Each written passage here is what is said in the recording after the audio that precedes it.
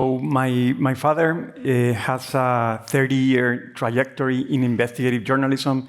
He launched the first and only investigative newspaper in Guatemala, El Periódico. El Periódico, and for that he has faced 30 years of persecution.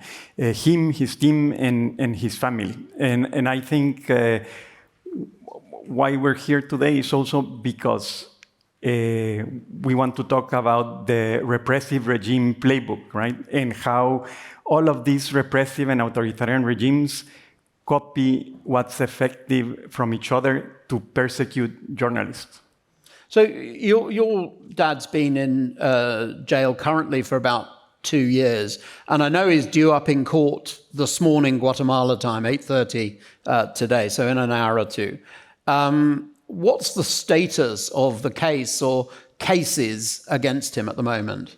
So today he has been in prison for 656 days.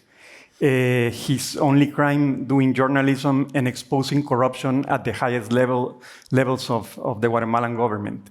His case has been fabricated, but not only has the case been fabricated, he has had to face a process where they violated all of his rights.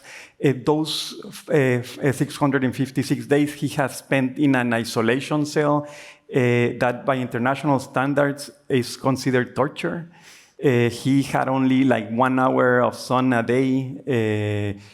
And the process, it's been very long, and what they try to do, because they don't have a case, is that every time there's a hearing, the judge shows up and cancels it and postpones it. And also the case is sort of fractured, hasn't it? So rather than keep it as just one case, you've now got 3 cases, is it? Yes, exactly. So what they do, and this is a very common practice, is that they take a case and split it up in 3. So today, for example, in the main case, his hearing is to determine whether they will grant him a house arrest. But even if they grant him house arrest today, he needs to get the same process for the 2 other cases. And so they seem to be, it seems to me that we're moving to a place where in the old days they might have sued a journalist for libel who was irritating. They're now attacking the entire infrastructure and taking out the news organization, just as they did with Maria Ressa.